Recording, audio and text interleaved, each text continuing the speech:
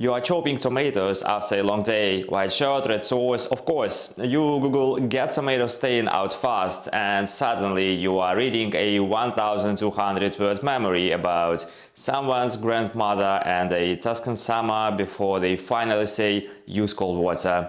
You scroll. Pop-up, newsletter model, cookie banner that has more buttons than your remote. Somewhere buried between display ads is the thing you actually needed 2 minutes ago.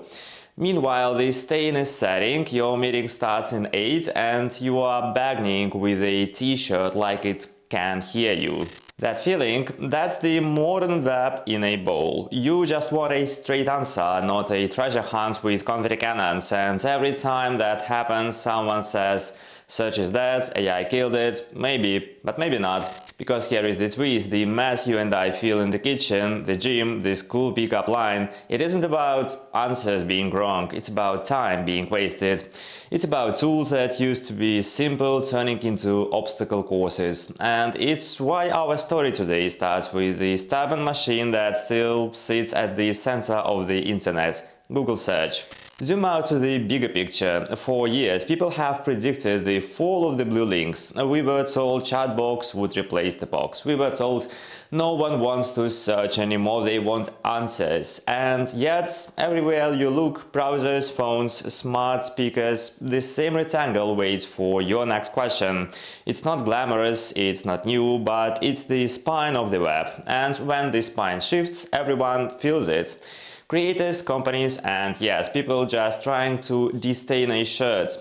So where are we exactly? Picture a stage. On it, a company that owns the default path to information, a crowd of AI upstairs yelling from the wings, and you in the audience holding a bowl of seltzer water and salt, wondering which cast member to trust. Google quietly tested a new trick, an experimental web guide that looks like old-school search but organizes results with generative AI, so the links are still there, just grouped like someone finally tidied the junk drawer. It's a small move with big energy, and it says, no, we are not leaving the stage, we are changing the choreography.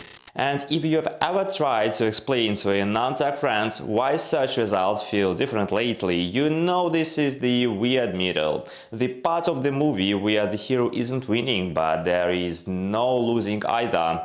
We still get links, we sometimes get AI summaries, we get people also ask, but now AI also answers. It's like someone stacked two kitchens into the same apartment. The stove works, the microwave works, but the salt moved to a new cabinet and no one left a note. Meanwhile, the surface looks calm. You type, results appear, you click, familiar ritual. Underneath, though you can sense the rattle, the pages feel longer, the answers feel shorter, there are more things to tap and fewer things to trust. You notice yourself reading headlines instead of articles, glancing instead of diving. You start searching inside tools instead of the open web. Inside chatbox, inside docs, inside apps, the center still holds, but there are new centers forming in the corners of your screen. The old promise of search was simple: type, find, act. The new promise is fuzzier: type, skim an AI box, maybe click, maybe don't, maybe ask again in a chat, and it's not worse every time. Sometimes it's great, sometimes it's magic, but the variance is the story. The variance is why people keep declaring search dead in comment sections and then 10 minutes later still use it to find a pizza place. So here is where the story starts, with a product that refuses to step aside even as the stage lights change. A product that's now testing ways to look like itself while behaving like something new. A product that knows you don't want a lecture on stains, you want a fix on screen.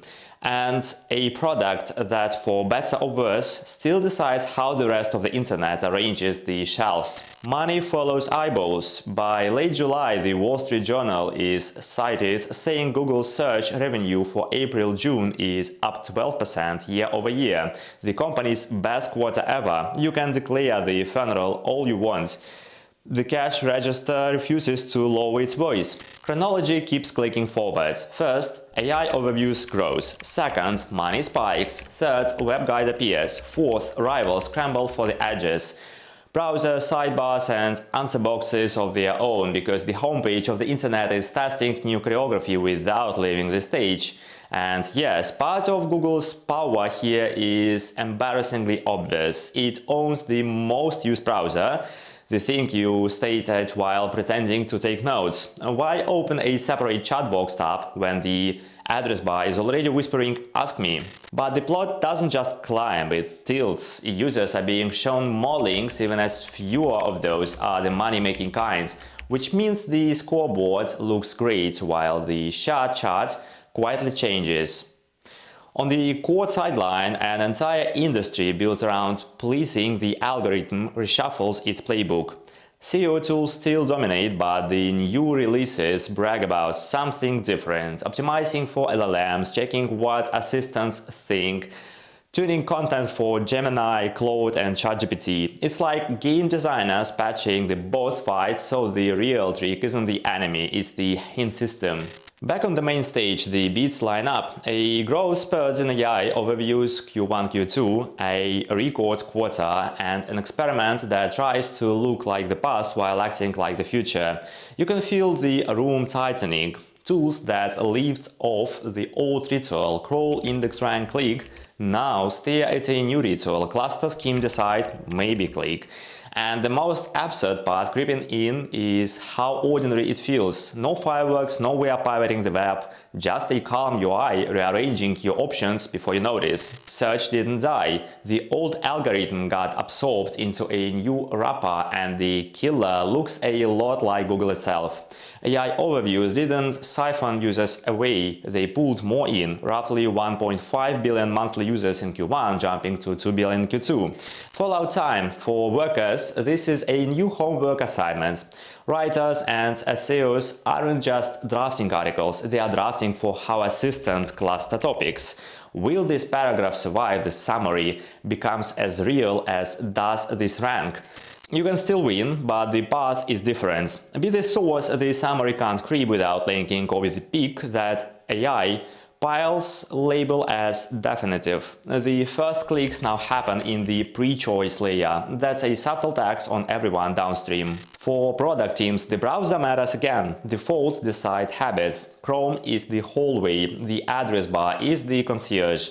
That's why challengers are building their own hallways. OpenAI and Perplexity pushing into browsers, because if you can't unsee the concierge, you build a new hotel. Distribution isn't a side quest, it's the plot. For customers, the vibe shifts from which door to which tray. You still choose, but you choose from grouped options that feel safe. Great for quick decisions, risky for discovery. It's the difference between studying for an exam with a teacher-made study guide versus the messy textbook. So tell me in the comments, are you now optimizing for the link, the summary or the cluster label? If this helps you rethink your own playbook, subscribe. Next time we'll break down how to measure wins when the first click happens before the click.